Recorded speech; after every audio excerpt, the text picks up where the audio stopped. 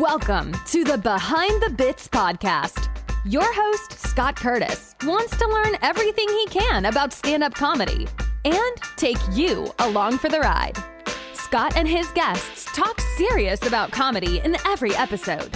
Behind the Bits will uncover knowledge from different perspectives on subjects such as writing and performing stand-up comedy, as well as booking shows and the comedy life. If you're thinking about becoming a stand-up comic, already in the comic game, or a comedy nerd, Behind the Bits is the show for you. Now, let's get Behind the Bits.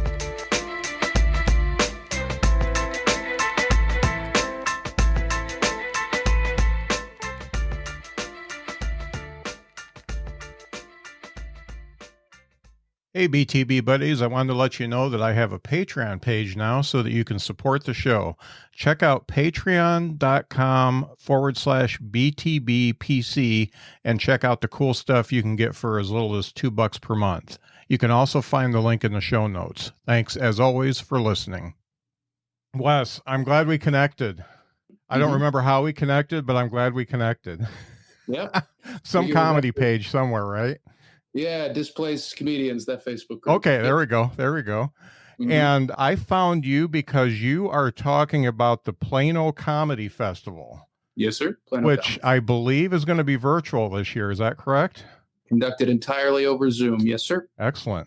I do want you to know that I did put a submission in, and I don't expect this podcast interview to give me any extra credit, but I do expect this podcast interview to give me some extra credit. So just FYI. You never know what's going to go into our curriculum and our score. So tell me how this came about. I think would this be the third year for the comedy festival? This is Plano Comedy Festival. This is the third year since it's on Zoom. We're calling it 2.5 because we did the year last year. We've been doing a festival in the city of Plano, Texas for 3 years now, just because there was a growing amount of comedy. At the time, there was a comedy club that just popped up out there, but people in Plano, I have a day job in Plano. They were still like, there's live comedy here. So we figured we'd try to start promoting like an annual event to start bringing in bigger names and make people realize, oh yeah, there's comedy that happens here. And this year, what with COVID, we were looking at not doing it because a lot of festivals have unfortunately had to shut down. Some of them announced their festival lineups and then had to postpone it for ? Dallas Comedy Festival had to postpone. Memphis Comedy Festival. Just for Laughs, the biggest festival in the world, just had to postpone into the future.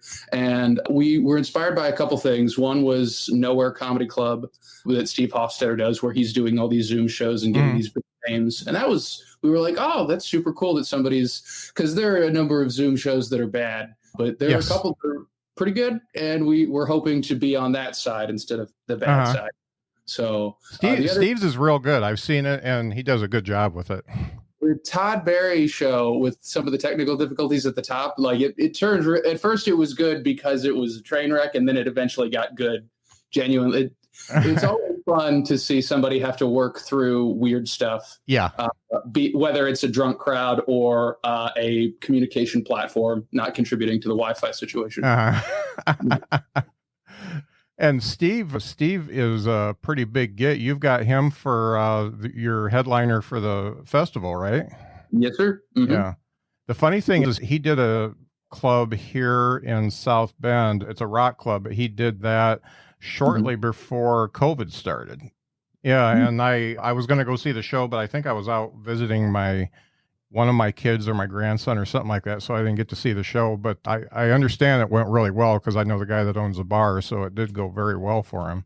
Oh, if it's a Steve show, I imagine it went very well. That dude is impossibly good at comedy. Mm-hmm. Mm-hmm. So as far as how you're putting this together, first of all, you've got Steve, and what are some of the other names you've got coming to the festival?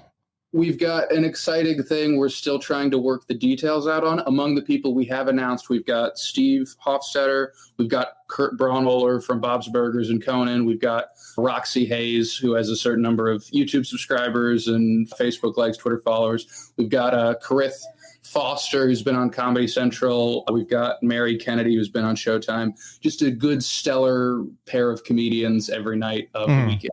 That's great. Now, this is something that you're opening up like a regular festival for people to do submissions, like I mentioned at the top there. And a lot of the people that listen to this are obviously comedians. What do people have to do to actually give a submission for the festival? So if you go to PlanoComedyFestival.com, you'll find a button that says Submit to PCF 2.5. And if you go there, you fill out a form, get directed to a PayPal link. That will be your submission process. Make sure you have a tight 5-minute video and a good bio. And if you currently submissions for today and tomorrow are $10. It's going to go up to $15. And if you're in a situation of financial hardship, because I think the unemployment rate is higher than it's been in many years, feel free to fill out the financial hardship form and just let us know, hey, I submitted under this name, and we will waive your submission fee. Okay, that's great. And it's great to give comics that are trying to find something to do.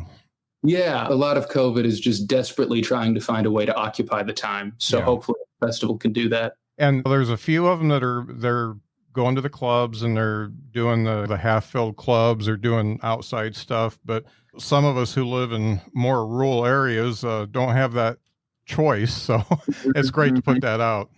Totally. And I live part of the Metroplex, so there are a couple clubs I'm close to, and I don't want to do it. It's the weirdest. I thought Zoom shows were weird until you perform for an entire group of people that are sitting a table apart, all with the masks, and it's like it's like body snatchers. It's real weird. Yeah. I'm not really about it.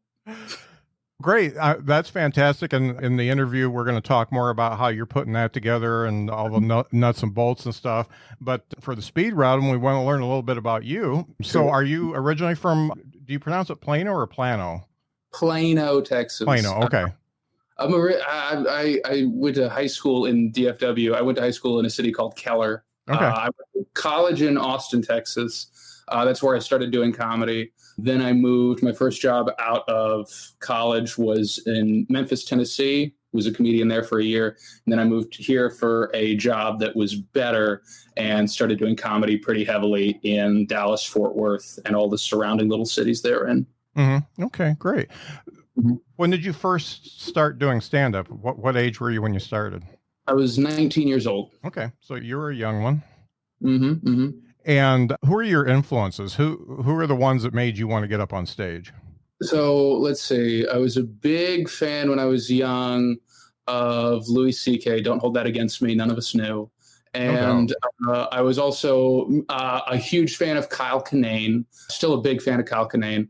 Love John Mulaney. Especially, I've been watching just a ceaseless amount of Mulaney interviews. I'm probably more heavily influenced by Mulaney right now than anybody else. Especially during doing Zoom mics, as you write these monologues that go in weird places, you're like, oh yeah, this is very much a Mulaney voice I'm trying to do. Okay.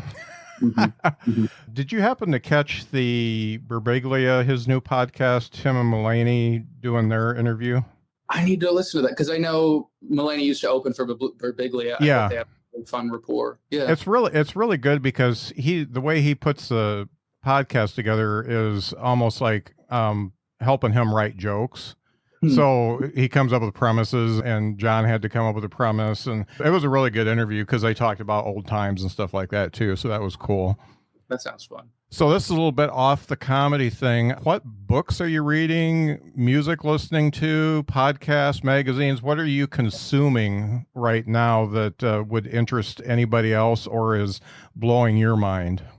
That's a good question. That's a fair question. Let's see. Have I read anything? I've been trying to read articles. I've been trying to keep up with statistics about the pandemic, which is a whole slog in and of itself. Yeah. I've been watching all the Star Wars movies with my wife. I had watched them all before. This is exciting because we met in our mid-20s. So we largely had pop culture experiences that we didn't have any like experiences together where we saw a thing. Mm-hmm. And so now we're going through Netflix and we'll scroll by something and I'll be like, have you ever seen Bloodsport? And she hasn't seen Bloodsport. We've seen Bloodsport together. We've seen Die Hard. We saw Goldfinger. Just a whole lot of like movies where she's like, I never got to see that. It's been fun. Let's see. TV shows. I started a podcast with a buddy of mine where we watch Frasier, which is a show I've never seen before. because he's a big Frasier fan, and his last name is Frazier, and it's called Frasier on Frasier, and that is pretty much all there is. I bring, oh, this is a well-written joke, and he's, yeah, and then this happens, and then it's fun. It's probably one of the only, I've made a bunch of podcasts in the past, and this is the first one where somebody else has the idea, and I'm like, yeah, I'll help you produce that, because what else am I going to do? We're just sitting inside. And yeah, that's about what I'm trying to do, trying to occupy the time watching Frasier and comedy. That's great. Isn't it great going along for the ride on a podcast instead of being the brain? I know, it's the best feeling to be like, you come up with the creative ideas, I'll put this in Audacity and MP3 and upload it. Yeah. That's all my contribution. I'm putting myself out there to get interviewed because I've been interviewed a few times, and I just absolutely love it because all I got to do is show up and talk. I can do that. I don't have to worry about recording or levels or social media or any of that crap. I can just do it. One of the best, when you're a guest on the podcast, there's no better response than, yeah, the audio was off, but you were great. Oh, I brought all I could then. Yeah. And the audio is always off. It doesn't matter what you do. There's always something wrong. Nothing you can do about it. What comedy album or special is your all-time favorite? That's a real challenge. My favorite, I'm a big fan of Whiskey Icarus by Kyle Kinane. Huge fan of Comeback Kid by Mulaney. There is, what is that one called? How Do I Land by Kurt Braunohler is very good. Oh man, there's some, on the subject of Birbiglia, My Girlfriend's Boyfriend is the first special that I saw where I because he does the thing at the beginning, the act out, and it plays into the end, and it's, a comedy special can and should be like, it should equal up to more than the sum of its parts. A bunch of jokes, it should be like, wow, this all fits together. Yeah. So that was the first time where I was like, oh my gosh, comedy can be like a whole thing. Yeah. Like a real callback. I know, right? It was very impressive. It blew at the time. I was like, that's incredible. That's why he's a pro. Yeah, that's great. Yeah. So I wanted to get into the comedy festival a little bit before I get into why you're doing comedy and all that kind of stuff, just because I haven't seen anybody put together an actual virtual comedy festival except for you. I've looked for them and I don't see anybody else really doing it. So what are the nuts and bolts behind doing a virtual show rather than doing a weekend of a comedy festival? And what's different, what's harder, and what's more easy? Probably, so one of the easier things is no venue fees. One of the hardest things is convincing, hey, a bar or restaurant or theater, we're going to bring comedians and it's going to benefit you. Everybody goes, I don't know, that sounds weird. And then you have to negotiate and haggle and all that. So the fact that we can do this on our computers is great in that way. The difficult thing is how much a festival costs a certain amount to produce. You have to book these headliners and pay and make sure that they're comfortable working for this much. And usually you can offset that by obtaining local sponsors that want their name on everything. And since it's happening on the computer, you can't call up like, hey, they'll be right next to your restaurant. Don't you want like us to plug you? Because they're all going to be in their homes where they should be. Yeah. Because, so it's exciting because we're getting submissions from further than we have before. They're usually a pretty close cluster of comedians, like a lot of comedians around Texas, and then some people that are willing to travel from like Denver or the East Coast sporadically, but usually a very core group. And now we're seeing I think we have one submission from like Germany, and we have one of those things where we could not justify having someone fly in to do comedy, but if they're on their computer, yeah, totally. We'd love to have them. Yeah. That's cool. Have you looked at any like digital sponsors, some of the people that do the podcast ads like stamps.com or whatever? We should definitely, we could do stamps, or we could try to, I bet Audible, because I've set up an Audible sponsorship for my podcast before. All it is you set up a link and ask people to click on it. That'd probably be smart. Thank you. I think you've made the festival better. Yeah, I wondered about that. I'm actually searching out, I've approached some people for sponsorships of this podcast and have gotten a lot of very empty, non-returned emails, but I'm working on it. As someone trying to book headliners for a festival, I can relate. Yeah. You reach to a lot of people that are like, I'm going to leave that in my inbox. Yeah. So, It's so funny. I get people that ask me, they say, how did you get so-and-so to be on the podcast? Because I've had some pretty decent ones, and like Ian Bagg was recent, and Michael Palisak was right before him. And I just tell them, for every one that I get, I've probably emailed or messaged or in some way tweeted or whatever, 50. If I get one out of 50, I feel pretty good. Absolutely. That's a great shooting percentage. Yeah. Yeah. So as far as how you're going to lay out the festival, you're probably still going to do a weekend type format, right? Yeah. So we're talking about doing a couple headliner shows. In the past, we've done 2 headliner shows, Friday and Saturday. We do one to close out the festival on Sunday, one on Thursday, and then we'll scatter out some, okay, come check out the amazing talented people that submitted to put them on their own show. We usually do a couple concept shows, like a blue show, especially with something like Zoom. We're thinking about doing concepts. Yeah, here's a show where we'll put up a background for you, or all background or all screen.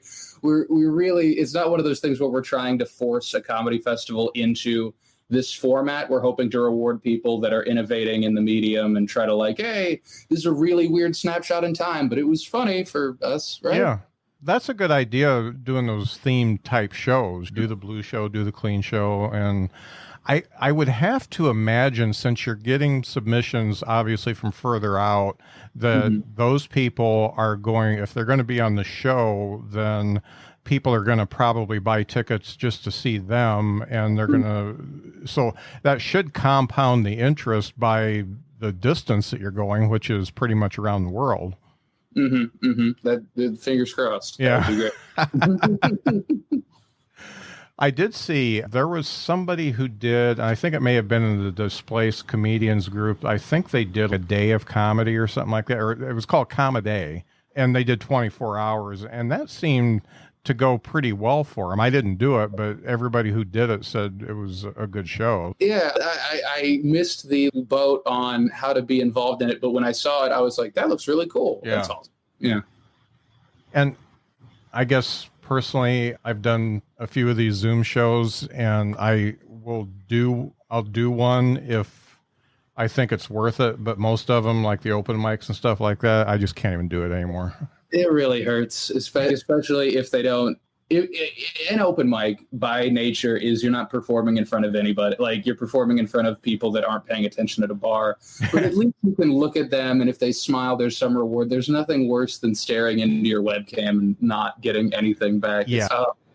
I could have done anything else, and I don't. And I'm doing this into my camera. And you watch the replay, and you can see your own cold dead. Nothing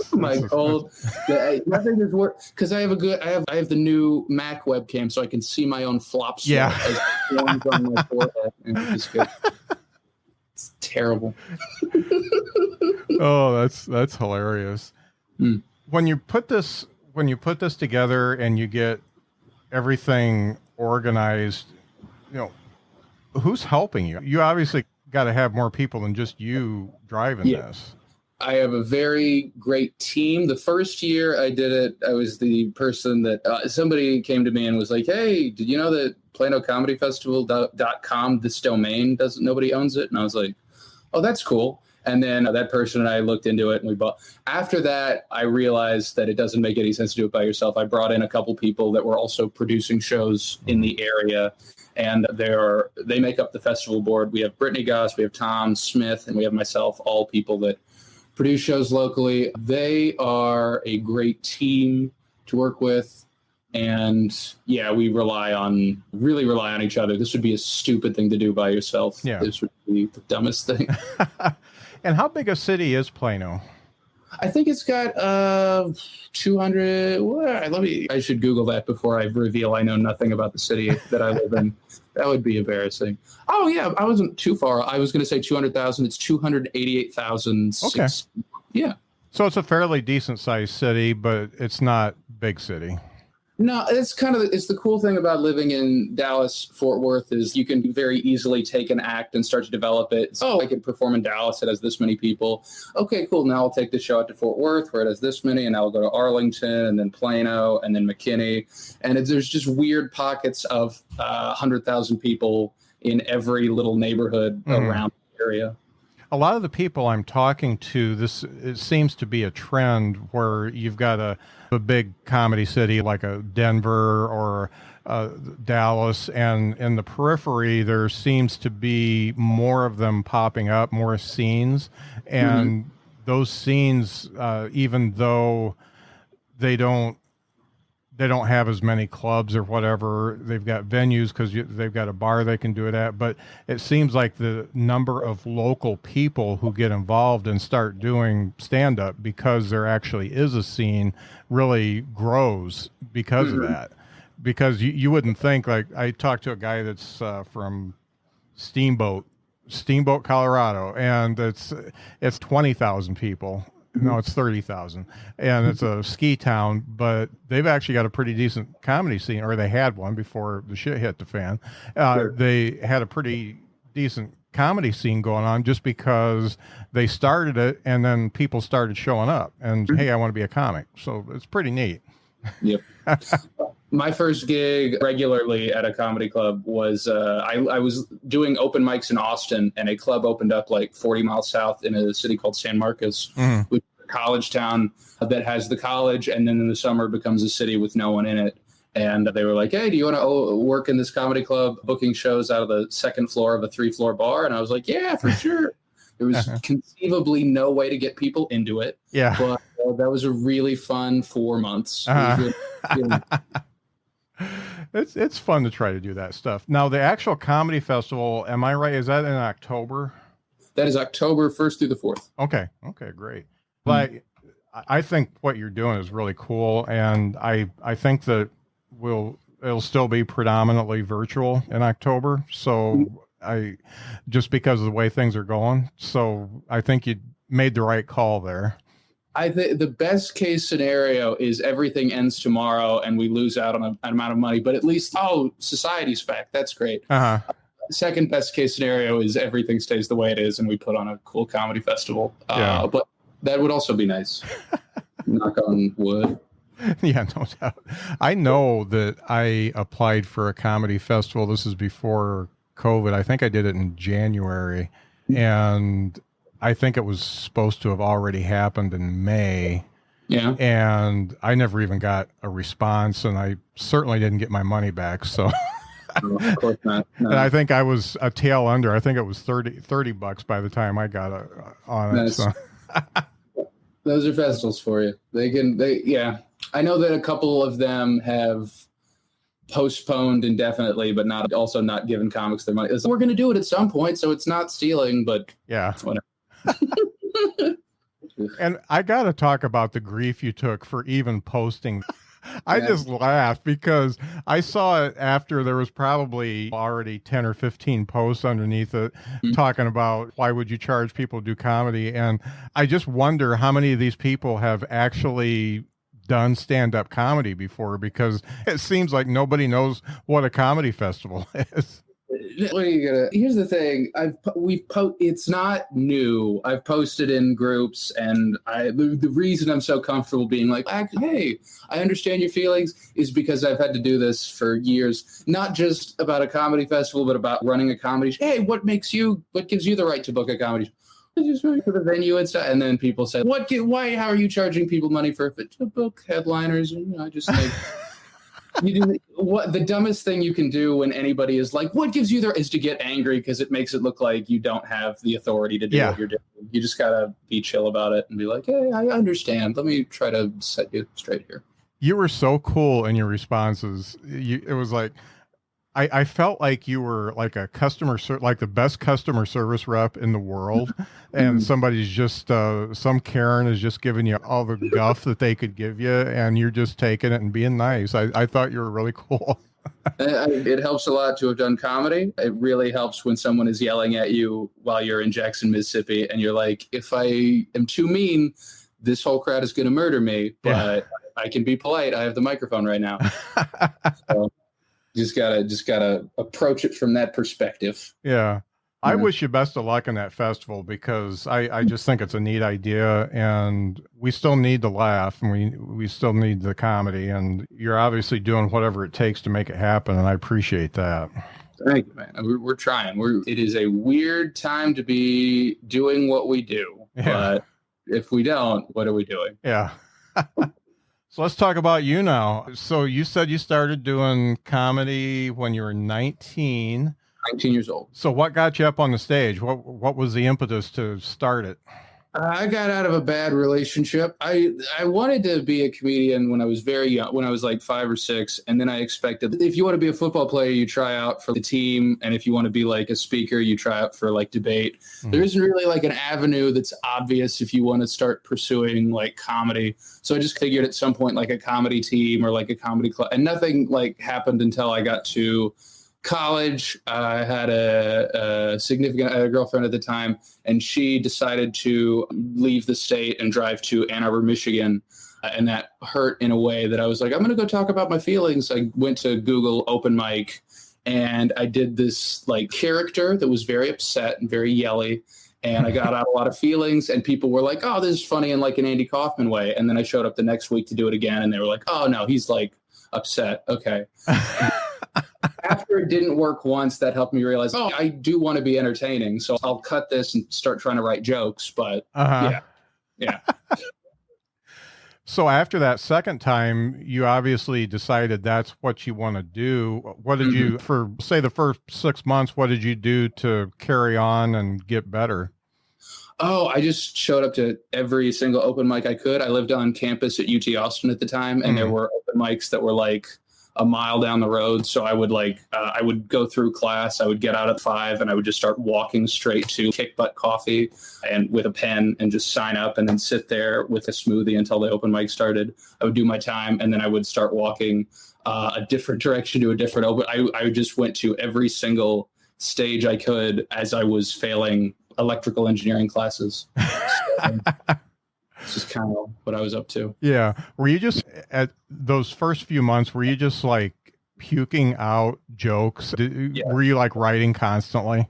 Have to. Yeah, absolutely. It's the weird, I don't know how many of them were good or had merit, but at the time I was like just churning out an absurd, like thoughts would come to me and I'd write them down, but I had when you're first starting out, you're like, oh, I'm so full of ideas. I have no idea what to do with them. And you just push them out. And eventually you start to learn how to temper and mold them into like actual jokes. But for the first little bit, it's just an exciting buzz of, I can't believe I'm doing this. This is amazing. Yeah. When you started doing this and decided you wanted to do it and you're doing the writing and stuff like that, what, from there to the first time you got paid, how long did it take you to finally get paid? The first time I got paid, I had to win a contest. I was I was a year and 9 months in, I believe. There's a contest called The Funniest Person in Austin. And if you advance, you get to move on to the semifinals and then the finals, and then one person wins. But if you just tell objectively the best joke, you get $100. And that meant so much more to me at the time. Yeah, no doubt. In advancing, I was like, oh, because I'd never been paid for comedy before. And they paid me $100. For a joke about a horse, and they really did. This was at Cap City Comedy Club. Never booked me after that, but they really liked that one joke. It's still on their Facebook page, so I'm proud of that. That's great.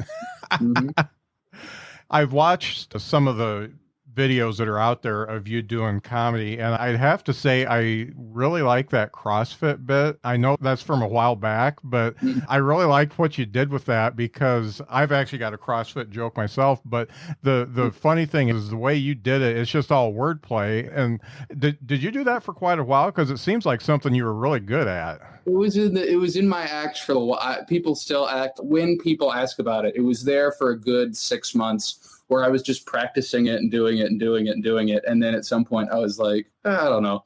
And people still ask sometimes, hey, are you going to do it? I tried to do it. It requires so much practice. I was walking around Target with my wife as she was shopping, and I was just muttering to myself, just a little bit to stay fit. And it takes so much practice. I tried to do it on a show, and I just like, the second you stumble on one word, people are like, oh, he doesn't have it. And the rest of the thing just falls. It's something that requires so much practice. I couldn't maintain it. But what is in the video is the result of me saying it to myself like 30 times a day, every day for a year, and just having it locked in, ready to go at the moment. I could absolutely tell there was work put into it. So I really respected the work, and I thought it was funny. And I thought it really appealed to me in these stupid Zoom show things. That something like that would actually work because it's silly enough that they'll at least pay attention if they're not laughing. So I thought it was really cool. That's the trick to it, is either they're immediately on board and everything's fine, or the worst case is they're not on board, and about a third of the way in, they're like, good Lord, when is this going to end? They start laughing at the fact that it is never going to end. Yeah. And just, in this moment. And then that's my comedy in a nutshell. Yeah.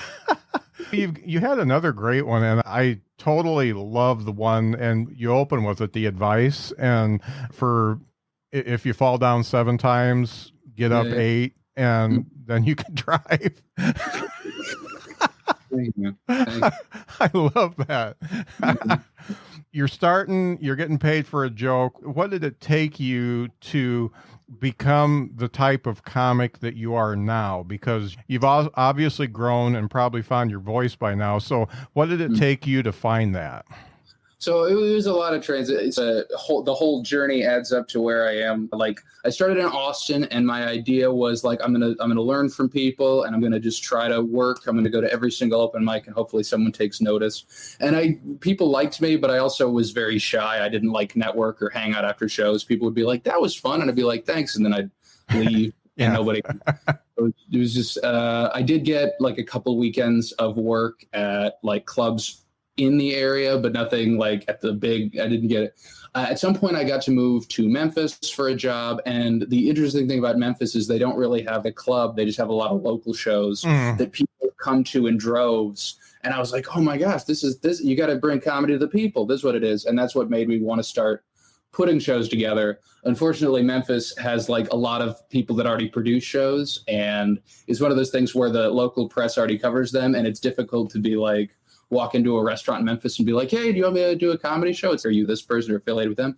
No, I'm just like a guy. Like, yeah. But then I came to Dallas for another job, and I had all this gumption and energy from, you got to self-produce a little bit to get some traction, create opportunities for yourself. And Dallas is full of breweries and bars of people that like somehow obtained money and put it into a building, and now they're sitting there with nobody in the building, and they're like, God, what do I do? And you walk, you're like, I could put a comedy show here. And they're like, great, here's a check every month. Please do what you're saying you're going to do. It is the dream. It is the American dream in comedy form. So your comedy it was born of being depressed because your girlfriend left you. And then you became happy because you're obviously married now, and you said you were practicing the joke at Target with your wife. Yeah. How did your comedy change when your state of being changed? I think the interesting thing is, for a while, I was very much into meta humor. I was writing jokes about jokes and things that like were inherently absurd. And then as I started to calm down and get a little bit more because at the time I thought everything was so absurd. I was just mocking everything I could. And eventually, when you start to get a little bit more balanced and a little bit more happy, you start to realize, no, I can focus in on this one thing and make a longer joke about this instead of trying to make everything silly. I can make it seem like I'm serious and then laser pinpoint on one thing and make it so serious that it comes back around the other side and becomes silly. And then I can put some character into it and make it seem like I'm getting frustrated that people think it's silly, and the whole thing just spirals from there. I think when you bring up voice, I think my voice is that of like an inventor who doesn't realize that his invention is broken and ridiculous until he's halfway through the presentation. So that seems to that's me. That's me. I have to think that absurdity stuff is still a little bit in your act, because I can just see that in you as a person, because I've got that too. So that still sticks with you a little bit, doesn't it? Absolutely. No, you never completely wash it out. It's always under the surface. And you need that as a comic. So I find it interesting that you said you were shy kind of an introvert, and yet you have enough get up and go to ask people to produce shows and stuff like that. How were you able to overcome the shyness, the introvert part, to actually say, hey, I want to take this and go with it? It really comes down to realize it. After a certain point, you realize, hey, I can keep being like in myself, and I can keep not like, I don't know if my contribution amounts to anything. I don't want to talk. And then you realize after like however many years of not being noticed, you're like, okay, I have to speak up. Otherwise, I'm always going to go last at the open mic, or be like, or do the shortest set on. At some point, you have to learn how to sell yourself. Otherwise, you're not going to do any climbing. Mm-hmm. So just out of sheer business need, I just started being like, okay, I have to talk. Otherwise, nothing's going to happen. Mm-hmm. Did you do any traveling at all? Did you work as like a headliner or a feature and go to the Midwest or anything like that? I've gotten to do like a couple festivals on the road. I've gotten to go to St. Louis. I've gotten to do clubs in Arkansas and Texas and Oklahoma. One time I got to go out to DC and do comedy shows. It's really, just before COVID, a friend of mine and I had just won Funniest Comedian in Texas the year before. Mm-hmm. And then he won Funniest Comedian in Texas the year after. And we started like rapid calling shows together. Okay, we're both the two most recent. If you want to book us, let us know. And it, just like you were saying, it was about a 1 in 50 ratio, but we had put together about like a string of 13 shows where we travel straight up and then straight back down to Texas. And around show 5, COVID started happening, but it was real fun right on that. Oh man, the road is super cool. We're getting better. And then right back to where we were. It's amazing how many people I've talked to, they were just right in the middle of stuff. Stuff was happening. Something was going to break loose, and then this happened. So it's really too bad. And it's almost like everybody just in 2019, they decided what they wanted to do with their life and started moving on and doing that stuff. And then 2020 just pulled the rug out from under us. 2020 just came by and was like, that sounds funny. And then, good try. Yeah, no doubt. Mm-hmm, mm-hmm. So thinking about when you got into your home base at Plano and started doing the shows there, did you develop like a tribe of people that you could count on and come to the shows, be at the shows, comics that you could lean on and stuff like that? Oh, absolutely. It's like you were saying about that town around Denver, Steamboat. If you just keep doing it, eventually some people are going to be like, yeah, I want to be part of this. This seems fun. And you just build like a small family around that. You just keep trying to know a significant chunk of our submission base. And I was wondering how many would want to adapt. We like to book local comics to host the shows and then pack them with out-of-town people. And we're seeing a great chunk of local Plano comics being like, can't wait to be on the virtual fest. So it's good. Yeah, no, you need that network of people in the area that want your thing to succeed. Otherwise, it's not going to go anywhere. Uh-huh. Your type of comedy is, you said you went to Oklahoma and Arkansas. How does your type of comedy get received in states like that? So that's a great question. It depends on, it depends on the crowd. I've done Lowell, Arkansas. That's the home of The Grove, one of the newest comedy clubs owned by a guy named Bill Adams, who's great. If you'd think going to Arkansas, and I've done shows in other cities in Arkansas where I'm like, they're going to hate me. And they did. But Lowell was really quick, really smart, great group of people. I performed twice in Stillwater, Oklahoma, back when they had a comedy club called Funnies, owned by a guy named Rob Novell. First time I went there, I had the most alt. I did all my weird stuff. I played like an accordion to close the show. And they loved it. They had the best time. And then they booked me again a year later, and I had, I'm going to try to do more stories and stuff. I'm going to try to open up more about myself. And they hated it so much. They never booked me again. And a year later, what would have been the third time, if they decided to rebook me, the club was closed. So I guess I own that. I guess that might be on me. They might have had hope for the club before I did the second set. Yeah, audiences are so weird, and It's probably good that you've got both the stories and you can do the zany stuff too, and some of the non sequitur type stuff, because you can, on non sequitur type stuff, you can tell really quick if the crowd is going to be the type of crowd that's going to get that. Mm-hmm. And then you can shift gears if they're not. But you need a lot of material to do that, because if you're expected to do a half hour or 45 minutes, you got to have that spare 45, because if you got 30 non sequitur type stuff, then it's hard to fill. You don't like this? Let me pull out the B team and roll them out. Yeah. It's a whole lot of different bags of props to carry out if you're going to have backup sets ready to go. No, yeah, one of the weirdest things, especially when you're doing alt or absurd, zany kind of stuff, is you'll do is like after the second set in Stillwater, I bombed, but there were still like one or two people that walked up and was like, I get it.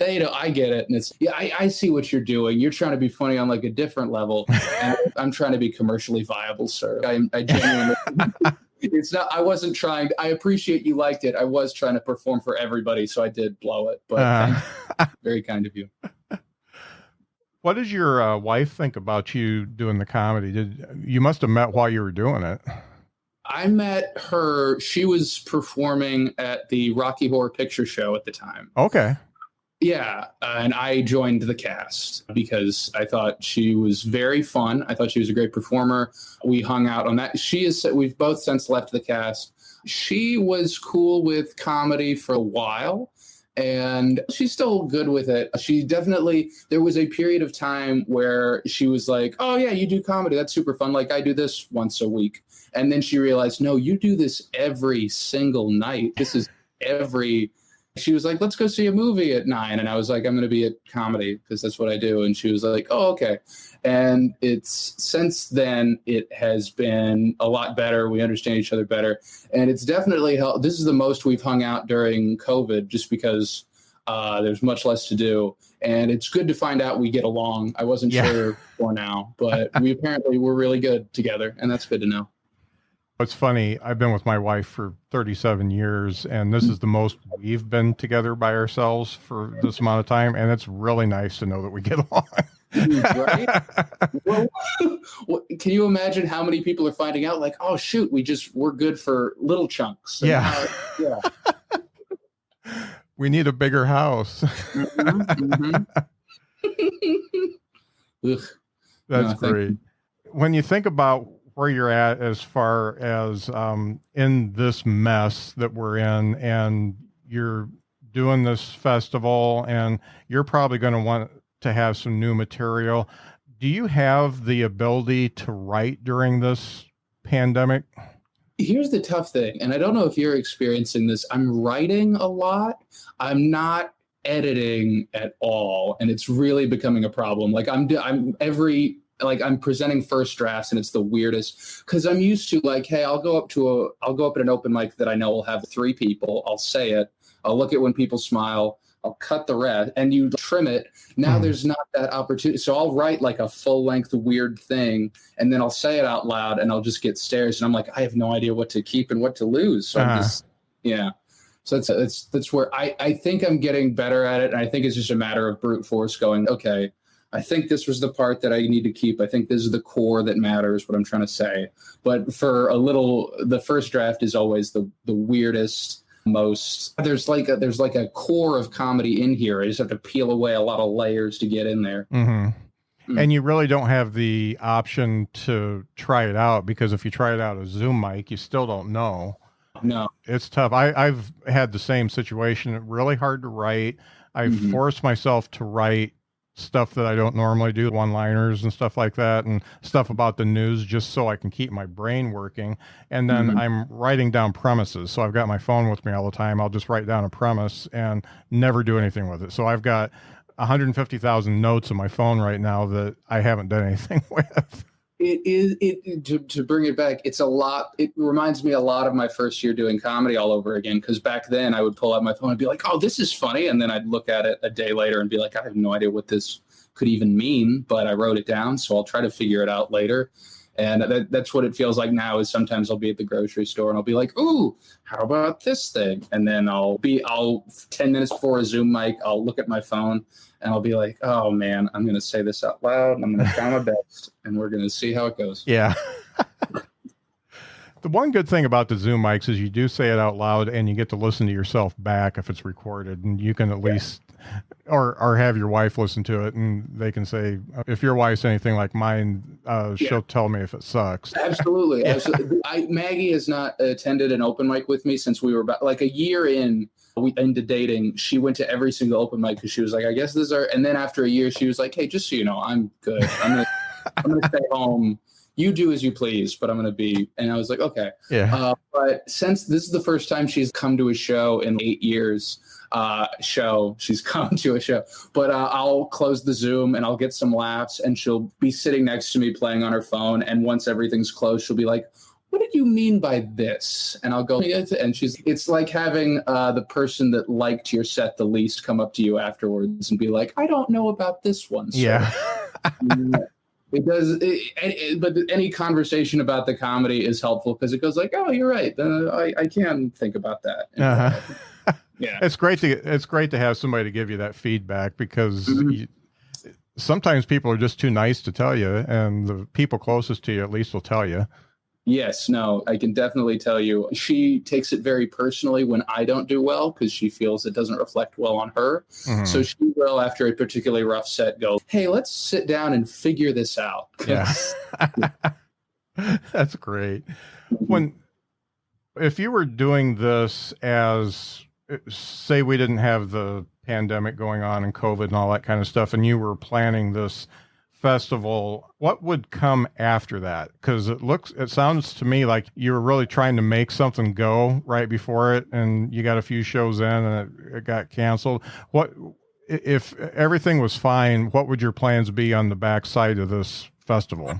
We got a couple things we're trying to figure out. As a comedian myself, I'm still trying. I'm like, it's one of those things where everything's been put on pause. I've been reached out to by a couple clubs that I luckily is relative right now, but a couple clubs that had blown off my email or like I'd lost touch with reached out and were like, hey, just so you know, when we reopen, if you want to come do a headlining show.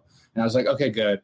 Once things normalize, I have a road forward from here. And I also we've been talking for a while as a festival about what returning looks like, and we've got plans. It's not one of those things where we're doing this and we'll figure it out from there. We've got, okay, we're doing virtual festival, and then hopefully things are going to lead to this, and then this, and just, yeah. So we've got, it's one of those things where it feels very arrogant right now to make a plan or commit to saying this will happen given the environment we're in. But we've definitely got like some things in the works that I'm like, okay, good. Hopefully things return to normal and then we can do this and this, and this will be cool. Mm-hmm. You seem like a cerebral guy and that you write more than just stand-up comedy. Are you working on anything else?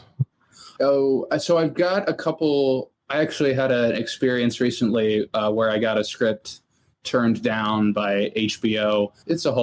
I wrote a pilot with a friend of mine who got a meeting with HBO, and he got into a Zoom call with them to pitch the show, and they listened to it for a little bit, and they were like, hey, we're not really interested. But it was an interesting thing to have been reached out to. Hey, we're going to have a meeting. And we wrote he had pitched me about 3 years ago, like this idea for a television show. And he was like, and we can sit down in my garage and we can plan it out. And I was like, yeah, totally. Just let me know when. And then he didn't call me for 3 years. And then he got this meeting and he was like, I have this idea for a TV show. And they were like, yeah, we'll meet with you in 2 weeks. And he called me and was like, hey, remember that thing I told you 3 years ago?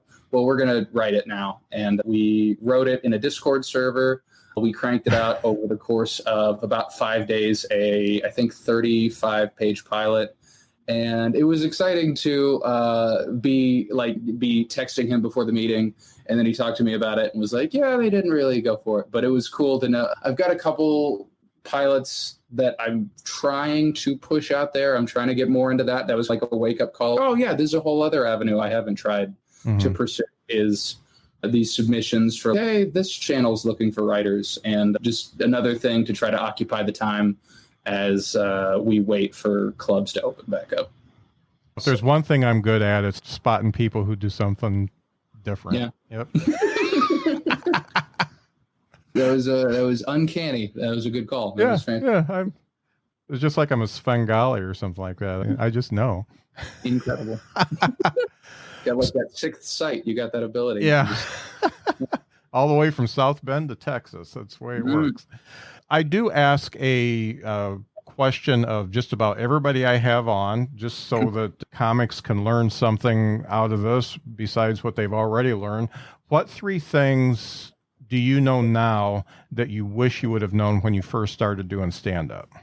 Okay. Let's see. Let's figure this out as we go. Number 1, I think one thing I wish I had known was don't have any hard opinions about comedy. I think that's one of the dumbest things you can do is go into comedy with this idea like comedy should be like this, because then all you're doing is getting opportunity. You get some opportunity that could be cool, and you're like, I want to do just.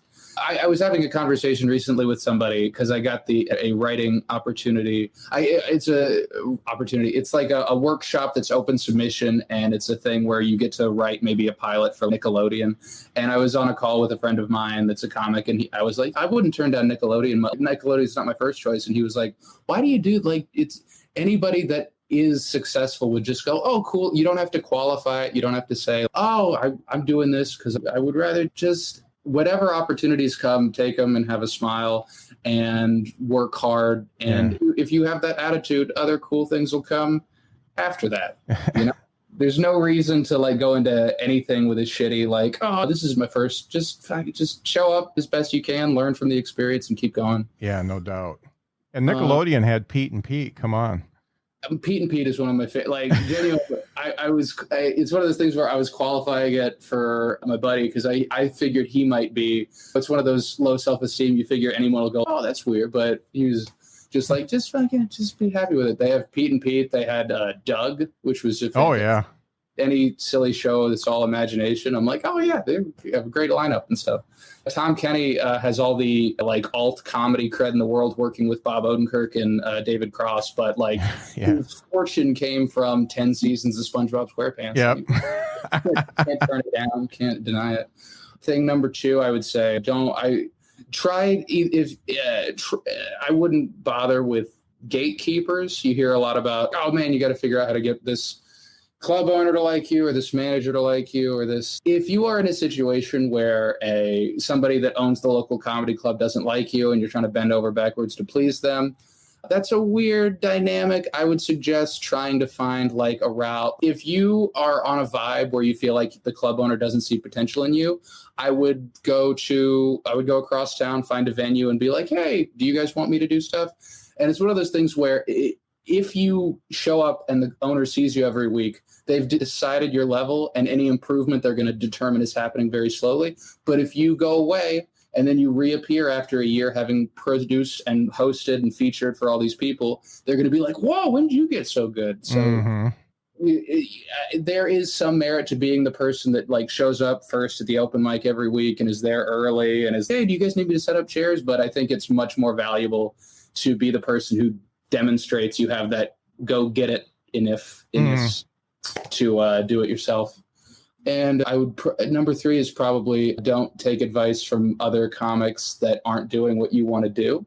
So if you're listening to this and you're like, oh yeah, these things are dumb, I'm going to do the opposite, you probably don't like what I'm doing. So feel free to listen to somebody who is doing what you're doing, because I guarantee if you're listening to a comic and you want to be where they're at, follow 100% of their advice, because they did those things to get to where they are. That's great. I really enjoy the fact that you mix the art and the business in your 3. I usually get it's either the art full on or the business full on for people's 3. So I like how you put them all together. Yeah, I learned the business so I can do the art more. And you can't separate them. Yeah. And I really like the last one about people telling you how to do comedy. I enjoy, probably like you, I enjoy notes from comics that I respect, but I only really listen to the ones that know me and know what I am on stage. I had a experience where I do this bit where I talk about what my wife and I have in common. I talk about haters and saying we don't have anything in common. And the last part is we don't front. And I mix a lot of young words and old words together so that young people laugh at me and old people say what he's saying, what is he saying and stuff. We don't front, I don't front, she don't front. There's no fronting. And then a friend of mine said, just pause and say, we don't fuck around. And the funny thing is I'm totally clean. But I did that. And that was the only time in the set I swore. And I did that a couple times and I got pretty good laughs, but I couldn't do it. It took away from who I am as a comic. So I couldn't do it. So I had to do something else. But that's the thing. You take those notes, but you still can't change who you are on stage. Totally. There's a novelty. It's one of those things like a good solid curse word is so good the first time. So if you want, you can do 0 to 1 in a good set, because the first time it's going to be like, oh my gosh, he said it. And then that's everything after that. It's not the funniest thing you can do. They know you have it in the chamber at that point. Yeah. I really enjoy, I watched Seinfeld's Netflix special recently, and I really enjoyed, you could tell how purposeful he was in his choice of words. And each one had a place. It was like your CrossFit thing. And if one word was out of place, the bit's dead. And he really put the time and effort into making it perfect. Yeah, I assume you've seen that video where he goes over the exact language and word choice of the Pop-Tart bit. Yep. Yeah. Just the meticulous of, I chose this word because it's fun, and I think it's got this. I think about the sound that goes into words and how the rhythm and the cadence and the same way William Shakespeare wrote in iambic pentameter. You want a specific rhythm, so your there's a whole music to it that you're trying to convey. Mm-hmm. Yeah. Gary Gulman's big on that stuff too, and those tips that he put out were really good. Oh, he is a genius. Yeah. The Great Depression was amazing. Yeah. Hard to watch, but it was amazing. Yeah. No, it is very difficult to get Maggie to sit down and watch a special with me without her. Like I couldn't watch. I watched Rory Scovel with her at the beginning, and about after 6 or 7 minutes, she cut out. But she watched all the way through Great Depression. And it was like, wow, this is really, you have, she looked at me and was like, you really must have problems. Okay, that's fine. If you like this, there's something wrong. It was one of those things where he was like, he's really funny, but as comedians, you must all really be troubled. And I was like, I don't know about that. But we are. Yeah. We are, and we know it. Yeah. Wes, this was great. Just so we cap this off with a bookend, where can people find you? Where can people find out information about the Plano Comedy Fest and all that stuff? So I got all the social media as a comedian has, except for TikTok. I'm not at that point yet. I'll get to that desperation level, but for right now I have ethics and morals. So right now, if you want, you can go to facebook.com/Wes Corwin has friends, or just search Wes Corwin on the top, and that'll take you to my Facebook page.